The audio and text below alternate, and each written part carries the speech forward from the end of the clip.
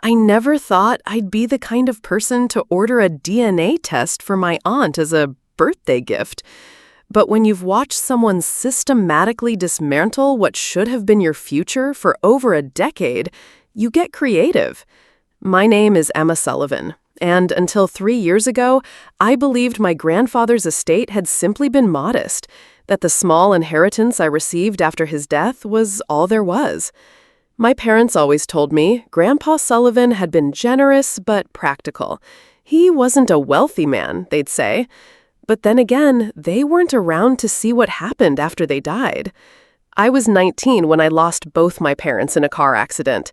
Grandpa Sullivan became my rock, my safety net, the only real family I had left besides my Aunt Patricia. Aunt Patty, my father's sister, who always seemed to be hovering around Grandpa in his final years, especially after his dementia diagnosis. The red flags were there. The hushed conversations that stopped when I entered rooms, the new financial advisor who only ever met with Aunt Patty, never with Grandpa directly, the documents I wasn't allowed to see. But grief makes you blind sometimes, and I was just trying to get through college while watching the only parent figure I had left slowly slip away. What I didn't know then was that my grandfather had built a small fortune through smart real estate investments in the Boston area over 40 years. What I didn't know was that I was the primary beneficiary in his original will. And what I definitely didn't know, what would have seemed impossible until a $99 DNA test kit revealed everything, was that Aunt Patty wasn't even who she claimed to be. This isn't just a story about money. It's about identity, about how the people who are supposed to protect you sometimes become the ones you need protection from. And it's about how sometimes justice comes in the most unexpected packages, like a little plastic tube of saliva and a family tree that doesn't branch quite the way everyone thought it did. Growing up in suburban Massachusetts, the Sullivan family was small but tight-knit. My dad, Michael, was the steady one, an architectural engineer who loved baseball and building model ships on weekends. Mom, Sarah, was more spirited, a high school art teacher who somehow managed to get clay and paint on every surface of our home. And then there was Grandpa Sullivan, Jack to his friends, Grumps to me. He was a widower. My grandmother had passed before I was born. He lived just 3 streets away in a modest colonial he'd owned since the 70s, close enough that I'd bike to his house after school most days. Then there was Aunt Patty. She'd always been the family enigma. Dad's only sibling, 5 years his senior, who'd moved to Arizona after college and built a life out west. She visited rarely, usually for Christmas or major events, always with expensive gifts and stories about her life in Phoenix, where she worked in finance, though the details always seemed deliberately vague. The photos around Grandpa's house showed a gangly teenage Patty with my dad, both with the distinctive Sullivan auburn hair and spattering of freckles across their noses. I remember at my parents' funeral, Aunt Patty swooping in from Phoenix, taking charge of arrangements, handling everything with this bizarre efficiency that seemed inappropriate for the weight of the moment. She kept saying, "I'm here now, Emma. You just focus on healing."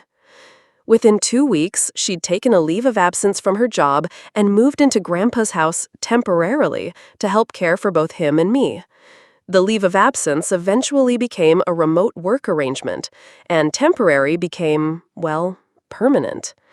I remember the first time I felt something was wrong. It was during my sophomore year of college, about 6 months after Patty moved in with Grandpa. I'd come home for the weekend to find the living room rearranged, with Grandpa's favorite reading chair replaced by some modern monstrosity Patty had ordered. "It's better for his back," she explained. But when I asked Grandpa about it later, he looked confused, then sad, then quickly changed the subject. That became a pattern. Changes to the house, to his routines, to his medications, all explained away as doctor's orders or for his own good. Then came the 3 incidents I'll never forget. The first was my 21st birthday. Grandpa had always made a big deal of birthdays. Handwritten cards with crisp $50 bills inside, special dinners where he'd wear his one good suit and tell stories about when he was my age. But this birthday, the card was store-bought, signed in handwriting that didn't quite match his familiar scrawl, with a $25 gift card inside. "Grandpa's having one of his foggy days," Patty explained. He asked me to pick something out. When I visited him later, he seemed surprised it had been my birthday at all. The second incident happened during a rare weekend when Patty was away at a financial conference. I was staying with Grandpa, and while looking for extra blankets in his office closet, I found a stack of mail addressed to him that had been opened. Bank statements, investment reports, letters from an estate attorney, all neatly organized in a folder marked private. I didn't have time to look through everything, but I saw enough to know that Grandpa's modest savings were actually substantial. When I casually mentioned to him that I'd been looking for blankets in his office, his eyes went wide with panic. "Did Patty see you in there?" he whispered. Before I could answer, he changed the subject to the weather. The third and most damning incident came during Thanksgiving my senior year. Grandpa's dementia had progressed significantly by then. During dinner, in a moment of clarity, he looked at me and said, "Emmy, I've made sure you're taken care of. The house on Maple Street will be yours. I promised your dad." Patty nearly choked on her wine. "Dad, you sold that property years ago, remember? For your medical expenses." Grandpa looked confused, then nodded slowly. "Yes, of course. I forgot." Later that night, I overheard him crying in his room, repeating my dad's name over and over. The gesture grandioso happened during my college graduation. Grandpa was too ill to attend, but Patty came, bringing an envelope she said was from him. Inside was a card with shaky handwriting and a check for $5,000. "A graduation gift from Grandpa," she said. "He wanted you to have something special." I was touched, especially when I saw the memo line, "For my Emmy's future." It was only later I'd realized this gesture was a calculated move, a fraction of what should have been mine, presented as extraordinary generosity.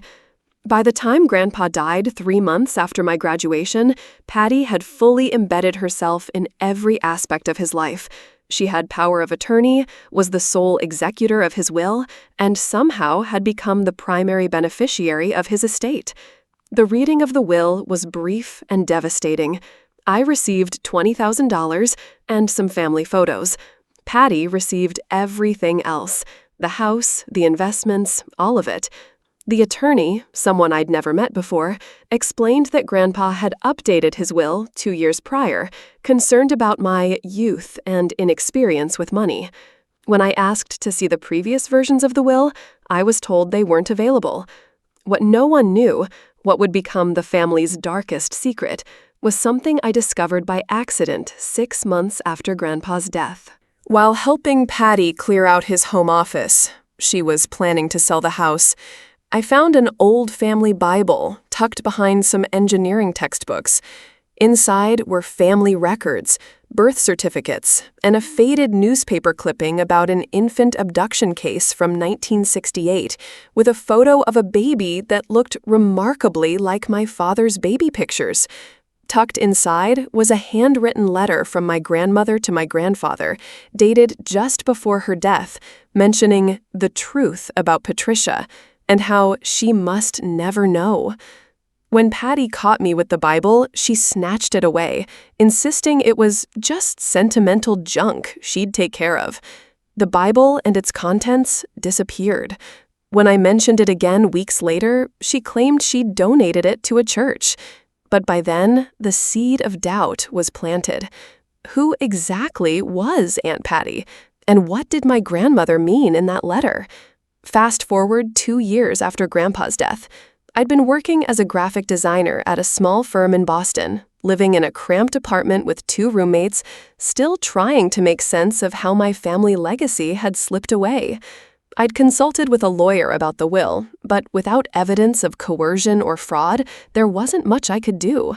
The attorney fees were already stretching my modest savings, and Patty had the resources to drag out any legal battle indefinitely.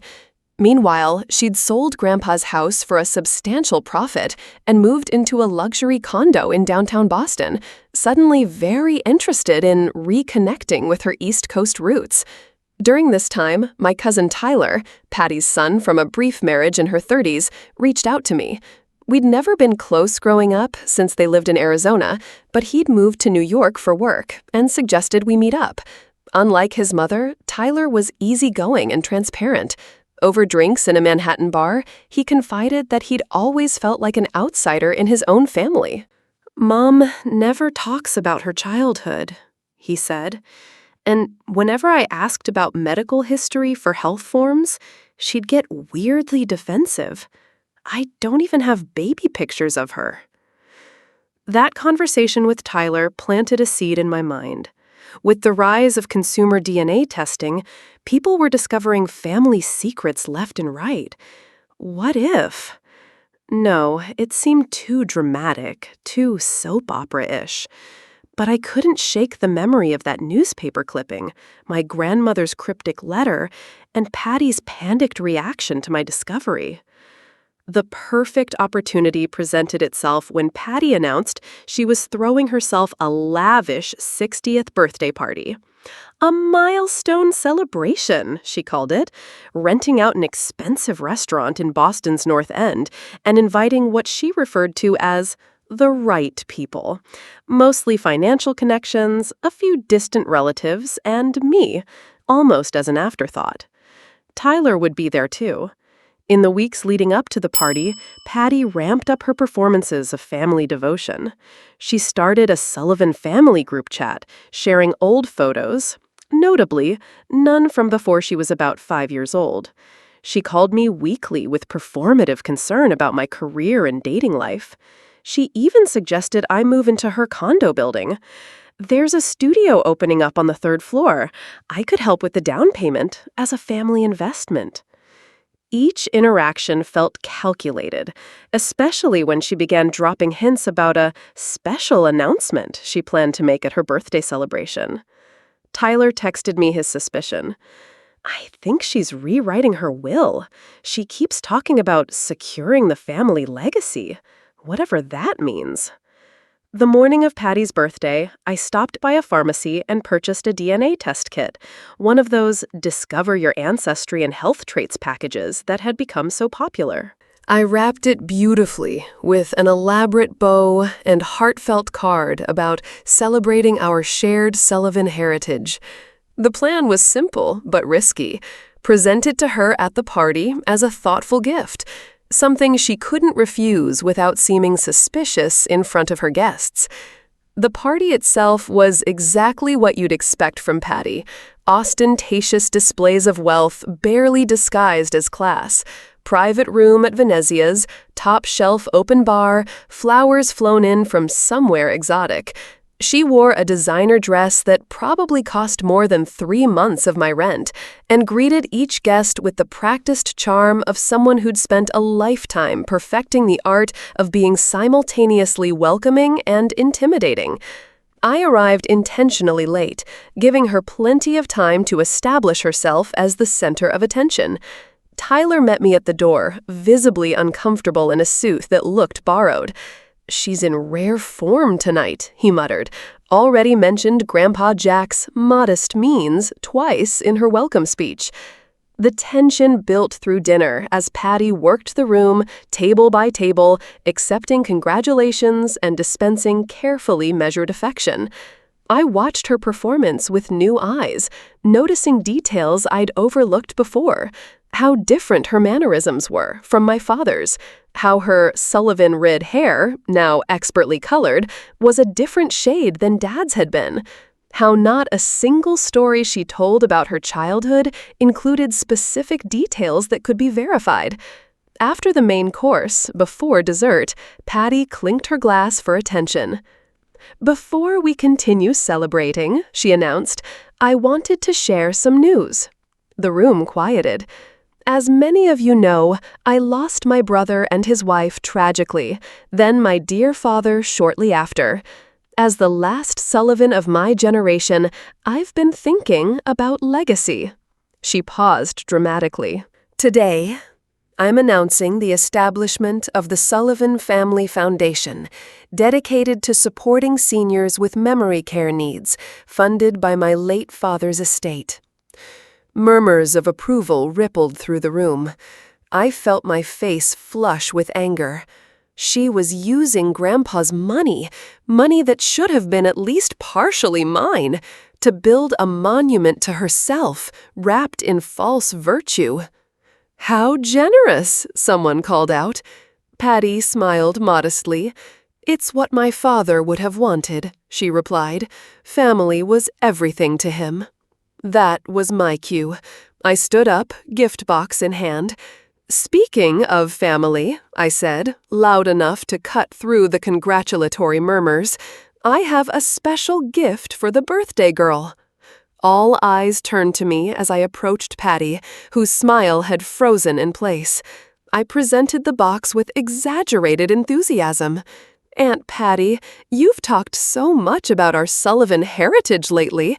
I thought what better gift than one of those Ancestry DNA kits? We can compare our results and see exactly where our family came from." For a split second, Patty's mask slipped. Fear, unmistakable fear, flashed across her face before she recovered. "How thoughtful," she managed, taking the box with fingertips as if it might bite. "Though these tests are so gimmicky, don't you think?" "Oh no," I countered, aware that the entire party was watching our exchange. "They're incredibly accurate now. They can even identify specific relationships between family members when they're uploaded to the same account. I've already done mine." This last part was a lie, but a calculated one. Tyler stepped forward, sensing the tension and adding unexpected support. "That's actually really cool, Mom. I've been thinking of doing one too. Health history, remember?" His eyes met mine briefly. He didn't fully understand what I was doing, but he sensed its importance. Patty's hand trembled slightly as she set the box down next to her plate. "Well, perhaps when I have time. Tonight is about celebrating, not spitting into tubes." She forced a laugh that several guests uncomfortably echoed. "Of course," I said, smiling now. "No rush. Though I wonder what secrets might be hiding in the Sullivan DNA, don't you?" The room temperature seemed to drop 10 degrees.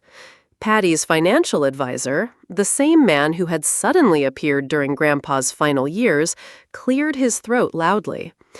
"I think it's time for cake and your speech, Patricia." As servers wheeled in an elaborate cake, Patty regained her composure, but kept glancing at the DNA kit box as if it were a ticking bomb.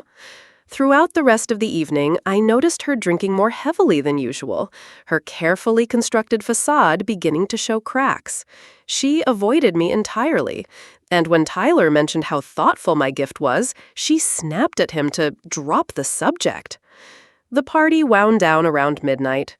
As guests began to leave, I deliberately lingered, watching as Patty became increasingly agitated by my continued presence. Finally, when only a handful of people remained, she approached me, DNA kit in hand. "I understand what you're trying to do," she hissed, voice low but intense. "If you think this little stunt will change anything about your grandfather's wishes, you're mistaken." I maintained perfect composure. "It's just a birthday gift, Aunt Patty, unless there's some reason you're afraid to take it." Her eyes narrowed. "I've worked too hard and come too far to be threatened by a child with conspiracy theories. That Bible, whatever you think you saw, it wasn't what you think." "Then prove it," I challenged quietly. "Take the test. What's the harm if there's nothing to hide?" She leaned closer, alcohol on her breath. "Listen carefully. Your grandfather was a confused old man at the end. Whatever delusions he shared with you about property or inheritance, that's all they were. Delusions.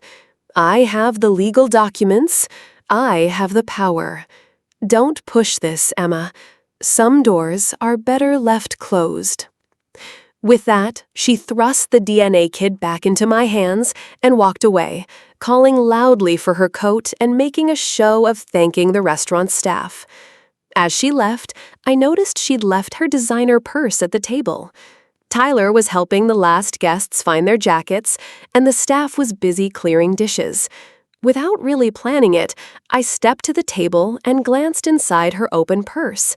There, partially visible, was a New York driver's license, not Patty's current Massachusetts one or her previous Arizona ID, but an old New York license in the name Patricia Donovan, with a much younger Patty's photo. I quickly snapped a picture with my phone before moving away from the table. As I left the restaurant that night, the cold Boston air cleared my head. I knew I'd crossed a line that couldn't be uncrossed. The next move would be Patty's, and given what I now suspected, it would likely be decisive and potentially destructive. But I also had a new lead, Patricia Donovan, and a cousin who was starting to ask the same questions I was. The DNA kit, rejected but not forgotten, sat on the passenger seat beside me. Plan A had failed, but it had revealed something crucial. Patty was terrified of that test, and people aren't terrified of things unless they have something significant to hide. The week after the birthday party unfolded like a psychological thriller. Patty launched a preemptive strike, calling family members and close friends to express concern about my mental health. Poor Emma has become obsessed with conspiracy theories about the family, she told them. Her grief has taken a troubling turn. She even reached out to my boss, suggesting I might need professional support and extended leave, a thinly veiled attempt to destabilize my career. Meanwhile, I was working 2 tracks simultaneously. First, I used my lunch breaks to research Patricia Donovan at the Boston Public Library, searching through digitized records from New York in the 1960s and 70s. Second, I convinced Tyler to take a DNA test of his own, explaining my suspicions in careful detail.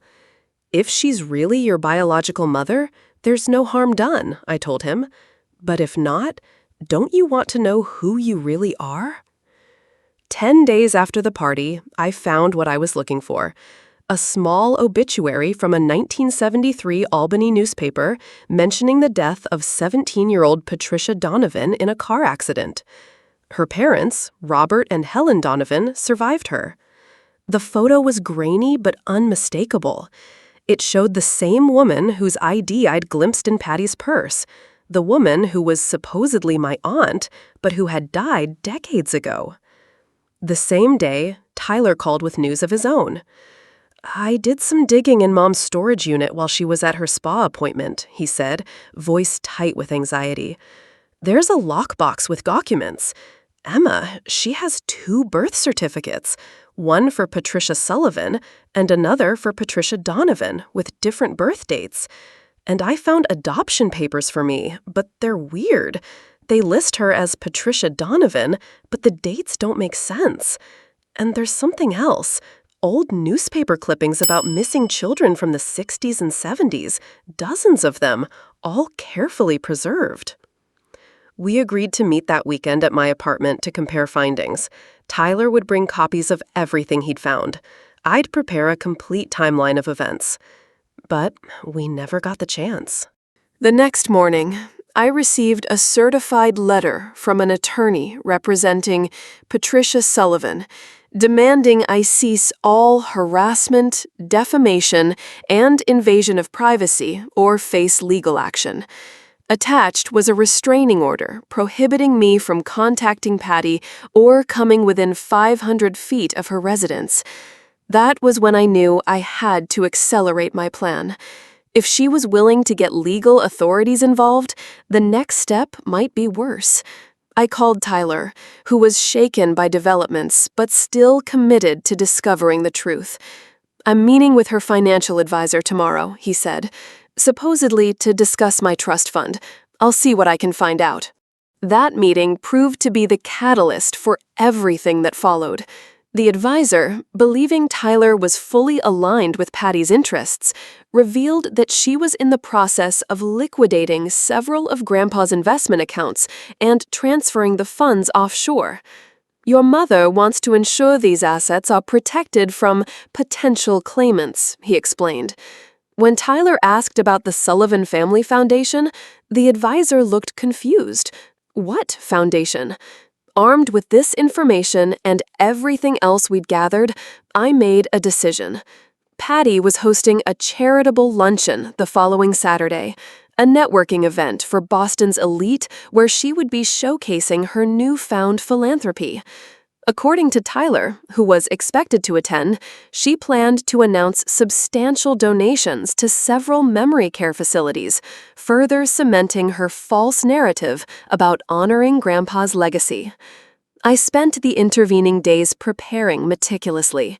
I consulted with a new attorney who specialized in estate fraud. I organized all my evidence into a coherent presentation. I reached out to a journalist from the Boston Globe who had recently written a series on inheritance fraud. And most importantly, I received the results of Tyler's DNA test, which confirmed what we had begun to suspect. He had no genetic Sullivan markers whatsoever. The day of the luncheon arrived, bright, clear, and cold, a perfect New England autumn Saturday. The event was being held at the Gardner Museum, a venue that required substantial donations just to book. I waited until the event was well underway before making my move.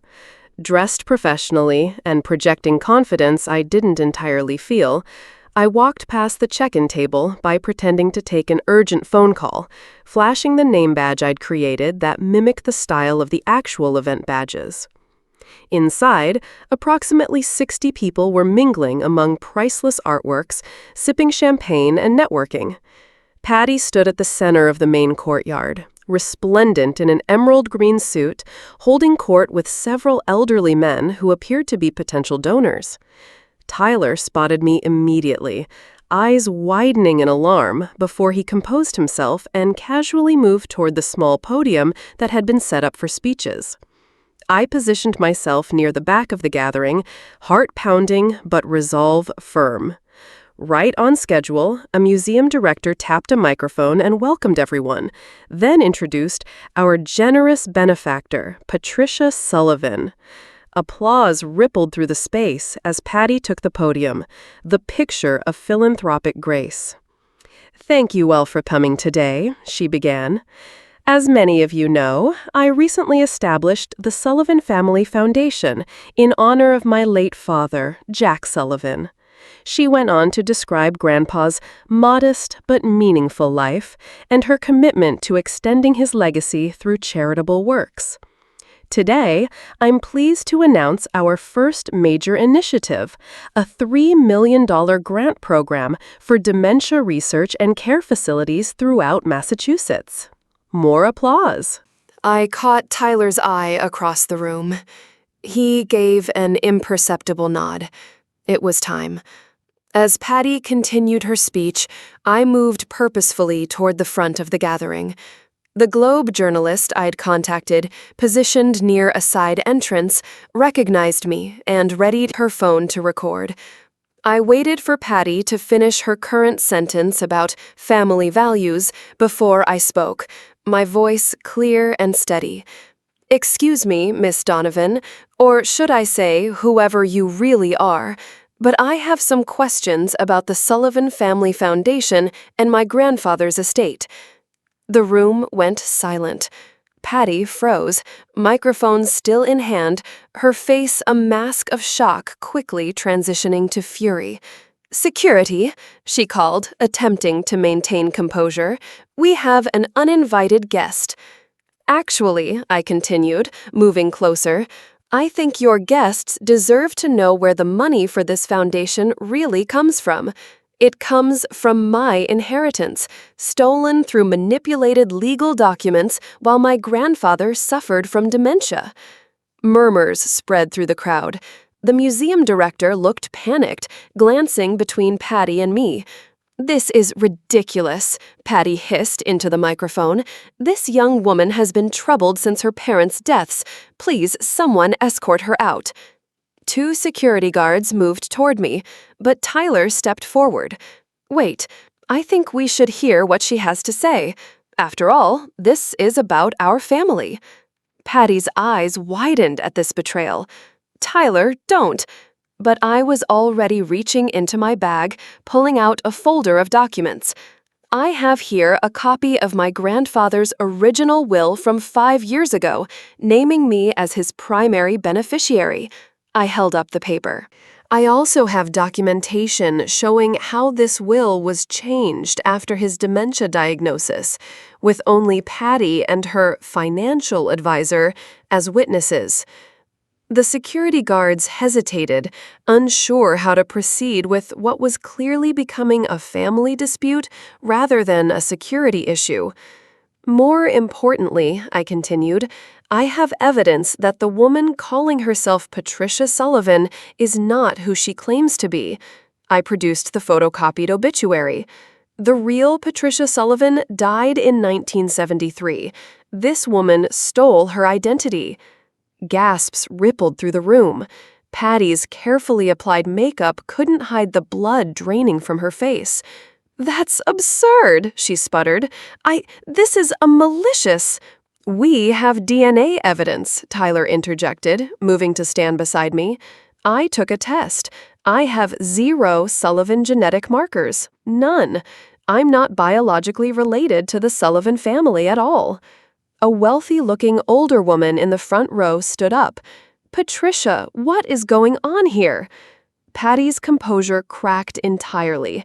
"This is a private family matter that has no place in a charitable event. These are vindictive lies from a disturbed young woman who—" "Then take a DNA test yourself," I challenged. "Prove you're Jack Sullivan's daughter. Prove you're a Sullivan at all." The room erupted in whispered conversations. The journalist was recording everything. The museum director was frantically whispering with his staff about how to manage the situation. Patty grabbed her purse and attempted to push past me toward the exit. "I don't have to stand here and be ambushed like this. This event is over." As she tried to leave, I placed the final piece of evidence in her path. A large photograph blown up from the newspaper clipping I'd found in Grandpa's Bible. It showed an infant abduction case from 1968, with photos of the missing baby and the suspected kidnapper. "Do you recognize this woman?" I asked loudly, pointing to the grainy surveillance photo. "Because my grandmother did. That's why she wrote that letter about the truth about Patricia before she died." Patty stopped, staring at the photo, her entire body rigid. For a moment, the facade fell completely, and naked panic showed on her face. That was when I knew. The suspicious woman in that decades-old photo was her. She had taken a baby, my father. "You're not my aunt," I said, my voice breaking slightly for the first time. "You never were. You stole my father as an infant, created a false identity as his sister, and then you stole his inheritance, my inheritance, after he died." The silence in the room was absolute. Even the security guards were frozen in shock. The museum director had stopped trying to control the situation and was simply watching it unfold like everyone else. Patty looked around wildly, perhaps seeking an ally, finding none. Tyler had moved to block the main exit. The journalist was still recording. The wealthy donors were staring in horror and fascination. Finally, Patty did the only thing left to her. She ran, shoving past a server and fleeing through a side door that led to the museum offices. Security, finally galvanized into action, followed her, as did several stunned attendees. I remained where I stood, shaking with adrenaline and emotion. Tyler approached and put his arm around my shoulders. "You did it," he whispered. "It's over." But it wasn't over. It was just beginning. As people rushed around in confusion, as the journalist approached me for a statement, as museum staff tried desperately to restore order, I felt a strange sense of calm descend. The truth was out, messy, painful, and incomplete, but out nonetheless. I walked outside into the autumn sunshine, leaving the chaos behind, at least temporarily. My phone was already ringing.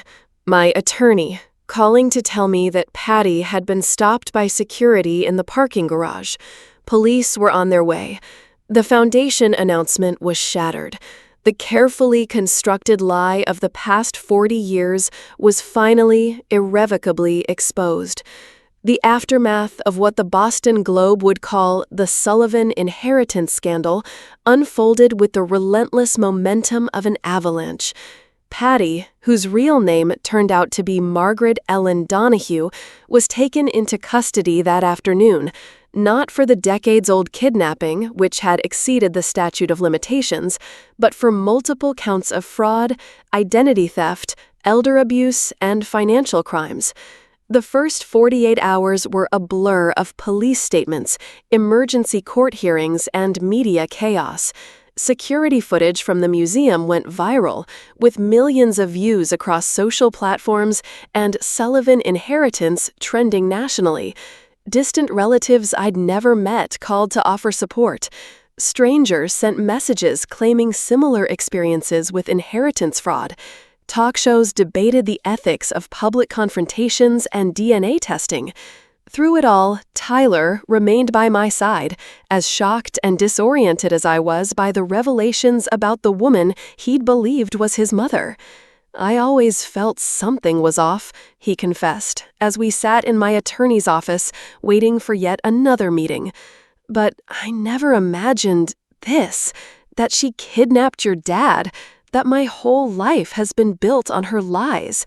The first major breakthrough came 3 days after the museum confrontation. With a judge's order, investigators gained access to Patty's, Margaret's, storage units, and safe deposit boxes. What they found stunned even the detectives assigned to the case. Multiple sets of identification documents spanning 5 decades and 3 identities. Financial records showing systematic siphoning of my grandfather's assets dating back 7 years. And most disturbingly, a detailed journal chronicling her decades-long deception. The journal revealed the full story. Margaret Donahue had been a troubled young woman working as a hospital aide in Albany in 1968. She'd become obsessed with a newborn in her care, my father, and impulsively taken him during a fire alarm evacuation. She fled to Arizona, assuming the identity of a deceased young woman named Patricia Donovan, and raised my father as her brother, creating an elaborate backstory about their parents dying and her raising him. For years, she maintained limited contact with my grandparents, sending occasional photos and updates about their son while keeping my father isolated and dependent on her narrative. When my father eventually moved back east for college, she orchestrated a family reunion with my grandparents, who never suspected the woman claiming to be their daughter was an imposter. My grandmother had apparently begun to suspect something in her final years, but died before she could fully investigate her suspicions or share them with my grandfather. The most painful entries detailed how she'd viewed my parents' death as an opportunity to finally gain control of the Sullivan estate, how she'd systematically manipulated my grieving grandfather, and how she'd seen me as the only threat to her plans. "The girl asks too many questions," she'd written, "too much like her father, always looking for inconsistencies, never accepting the simple answer." As for Tyler, the journal confirmed what DNA had already told us. He wasn't biologically related to either family. Margaret had adopted him as an infant through questionable channels, apparently seeking to create the perfect family member who would never question her or have competing loyalties to other relatives. The legal proceedings moved with surprising speed, driven by the high-profile nature of the case and the overwhelming evidence. Margaret's financial advisor turned state's witness, revealing how he'd helped her falsify documents and transfer assets while believing her lies about protecting the family from my instability. The attorney who had handled the revised will admitted he'd never actually met with my grandfather alone to confirm his wishes, a clear violation of legal ethics. Within weeks, the court issued emergency orders freezing all assets from my grandfather's estate and appointing a special master to oversee their recovery and proper distribution. Margaret remained in custody, denied bail due to flight risk and the severity of the charges. Her public defender initially attempted an insanity defense, suggesting that decades of living a false identity had blurred the lines of reality for her. But psychiatric evaluations determined she was fully competent to stand trial. Through all this legal turmoil, I found myself struggling with questions that went beyond money and justice. Who was I, really, if my family history had been built on such profound deception? Was my father ever told the truth about his origins? Did my grandparents suspect, in their final years, that something was deeply wrong? The woman I'd known as Aunt Patty, a presence throughout my entire life, had never truly existed. The foundations of my identity felt suddenly unstable.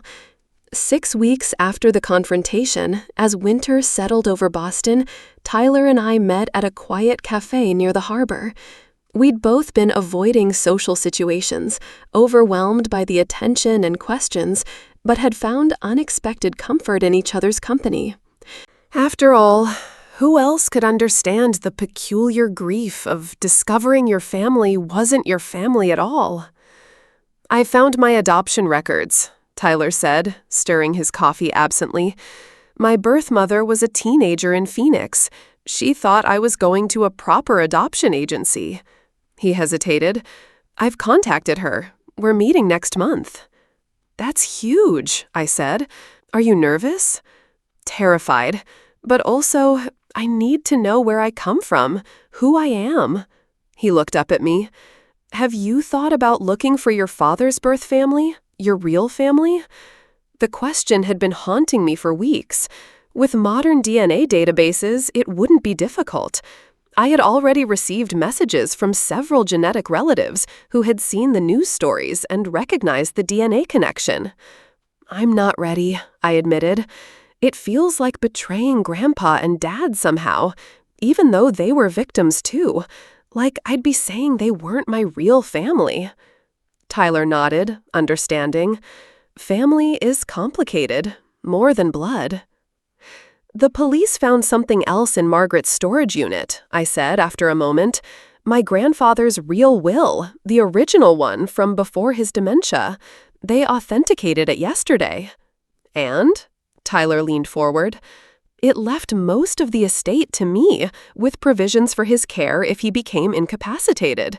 But there was something else." I pulled a folded paper from my bag. A letter addressed to me, to be opened after his death. The police finally released it as evidence.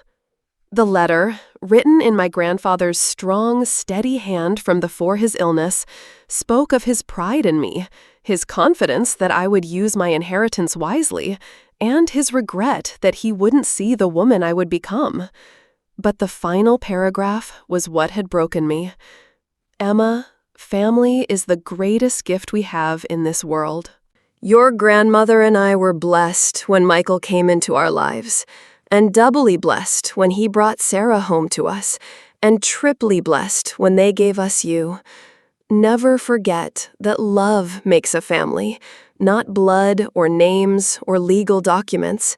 Whatever happens, whatever you discover in life, know that you are a Sullivan in all the ways that matter." He had known. Somehow, he had known or suspected the truth about my father's origins, and it hadn't mattered to him. Michael Sullivan had been his son in every meaningful way, and I was his granddaughter, regardless of biology. After showing the letter to Tyler, we sat in comfortable silence, watching the winter sunlight play across the harbor waters. Eventually, he spoke again. "So, what happens now? With the estate, I mean." "The court is unwinding all the fraudulent transfers. Most of the assets will come back to me as the rightful heir." I took a deep breath. "I've been thinking about what to do with it." "Let me guess. The real Sullivan Family Foundation?" Tyler smiled slightly. "Something like that. Not for memory care, though. For families separated by adoption, kidnapping, and other circumstances who want to reconnect. And for victims of elder fraud and abuse." I hesitated.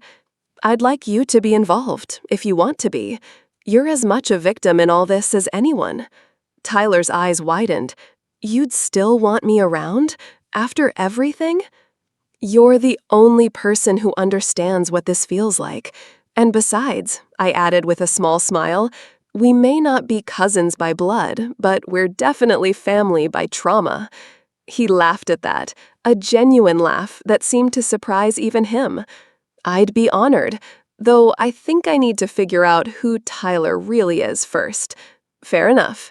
As winter turned to spring, the legal machinery ground forward.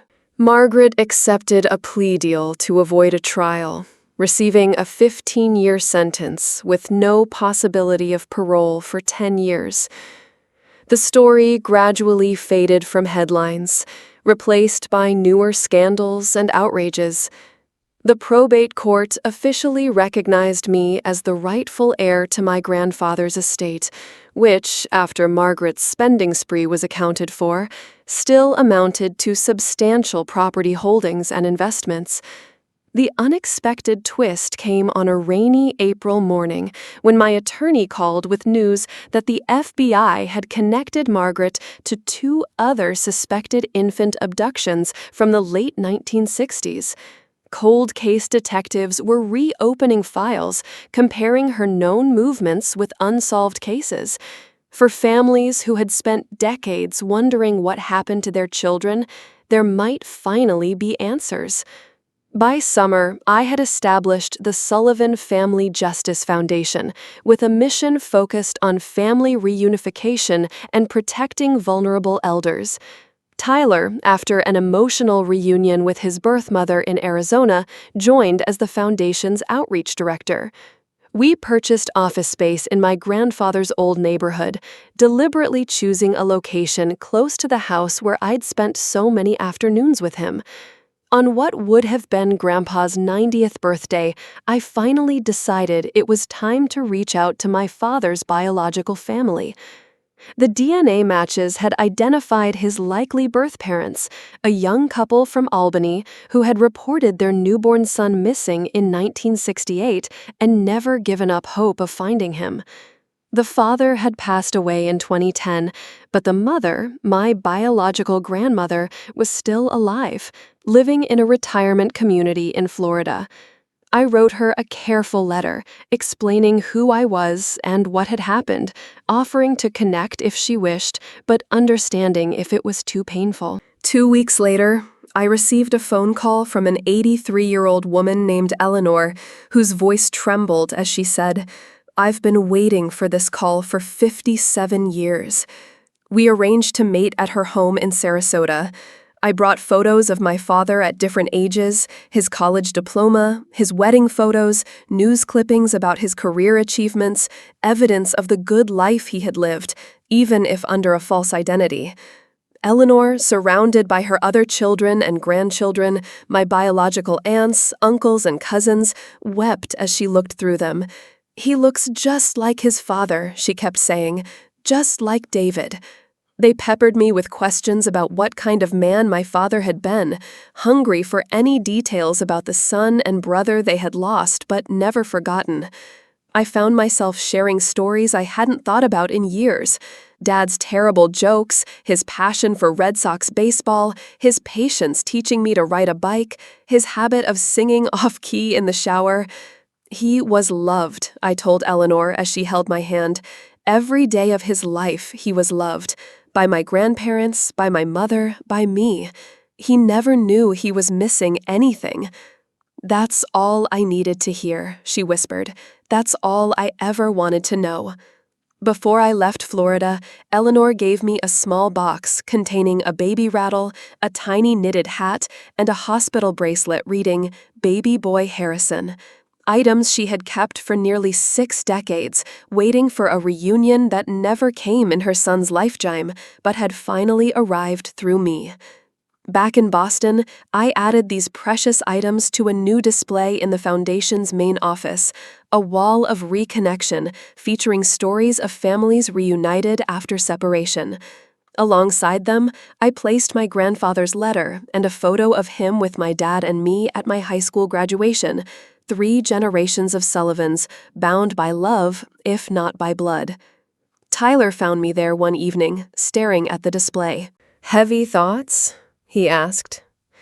"Just thinking about family, how it's both simpler and more complicated than we imagine." He nodded, understanding without needing more explanation. "The FBI called again today. They've matched Margaret's DNA to evidence from a 1970 abduction case in Nevada. Another family might get answers." I sighed. I still can't wrap my head around it. How someone could build their entire life around such elaborate lies. "I've been thinking about that," Tyler said. "I talked to the psychiatrist who evaluated her, off the record. He said by the end, she probably believed her own story. That's how she could pass lie detector tests and fool so many people for so long. The fiction became her reality. And we were all just characters in her story," I mused. "Until you rewrote the ending." Tyler smiled. "Which reminds me, the Boston Globe wants to do a follow-up piece on the Foundation. The reporter was impressed with how you've transformed something so painful into something positive." I considered this. "Tell her yes, but I want to focus on the families we're helping, not rehash the scandal. It's time to move forward." As Tyler left to make the call, I turned back to the photo of Grandpa, Dad, and me. 3 people connected by a bizarre twist of fate, a criminal act, and decades of genuine love. The truth had nearly destroyed us all, but in the end, it had also set us free. Margaret had stolen my father, manipulated my grandfather, and attempted to take my inheritance, but she had failed at the one thing that mattered most, erasing the love that had made us a family. I touched the frame gently. "We're still Sullivans," I whispered, "in all the ways that matter." 2 years after the confrontation at the Gardner Museum, I stand in the newly completed Sullivan Family Justice Center, watching as families gather for our annual reunion event. Some are biological relatives meeting for the first time after decades of separation. Others are like Tyler and me, victims of identity fraud, who found unexpected kinship in shared trauma. All of them are here because the truth, however painful, set them on a path toward healing. The Foundation has now helped over 30 families reconnect, provided legal assistance to dozens of elder fraud victims, and established a nationwide database for cross-referencing cold cases involving missing children. Each success story feels like reclaiming a piece of what Margaret tried to steal from all of us. Not just money or property, but the fundamental right to know who we truly are. Eleanor, my biological grandmother, couldn't travel for today's event, but her face smiles from a tablet screen as we video chat, introducing her to other families with similar stories. At 85, she's become the Foundation's most passionate advocate, giving interviews and speaking to senior groups about protecting themselves from exploitation. "Every family deserves their truth," she often says, a phrase we've adopted as our unofficial motto. Tyler catches my eye from across the room, where he's helping a nervous woman prepare to meet her birth mother for the first time. He gives me a subtle thumbs up. Another reunion about to unfold, another circle about to close. His own journey has been remarkable. After connecting with his birth family, he discovered a talent for counseling and is now pursuing a degree in family therapy while continuing his work with the Foundation. As for Margaret, she remains in prison, refusing all contact and reportedly still insisting on being called Patricia Sullivan. The doctors say she may never fully acknowledge the reality of what she did. Perhaps that's her final defense against facing the magnitude of her deception and the lives she irrevocably altered. In a strange way, I've come to pity her. A woman so empty inside that she had to steal not just a baby, but an entire identity to feel complete. The inheritance that was meant to be my grandfather's legacy now serves its intended purpose, though not in the way he might have envisioned. Every dollar funds the work of reconnection and protection. Every investment grows to support more families in their search for truth. The house on Maple Street, the one Grandpa promised would be mine, has become the Foundation's satellite office, a warm and welcoming space where people can begin their journeys toward answers. I've often wondered what my father would think of all this, of his true origins, of what became of the family fortune, of the foundation that bears his adopted name. I like to believe he would be proud, not just of me for fighting for the truth, but of my grandparents for loving him unconditionally, and even of himself for creating a life of meaning despite its foundations in deception. DNA may tell us where we come from, but it doesn't define who we are or who we can become. That's the message I share whenever I'm asked about my story. Family is more than genetics. It's shared history, mutual support, and enduring love. Sometimes it's found in the most unexpected places, forged in adversity rather than born of blood relation. If you're watching this and questioning your own family narrative, feeling that something doesn't quite add up in the stories you've been told, I encourage you to seek your truth, not with anger or vengeance, but with courage and compassion. The path may be difficult, the revelations painful, but on the other side lies something precious, authenticity. And if you've been a victim of inheritance fraud or identity theft, know that you're not alone. Reach out to us at the Sullivan Family Justice Foundation. Share your story in the comments below. Join our community of truth seekers and healing finders. Because at the end of the day, that's what my journey taught me. That secrets lose their power in the light of day.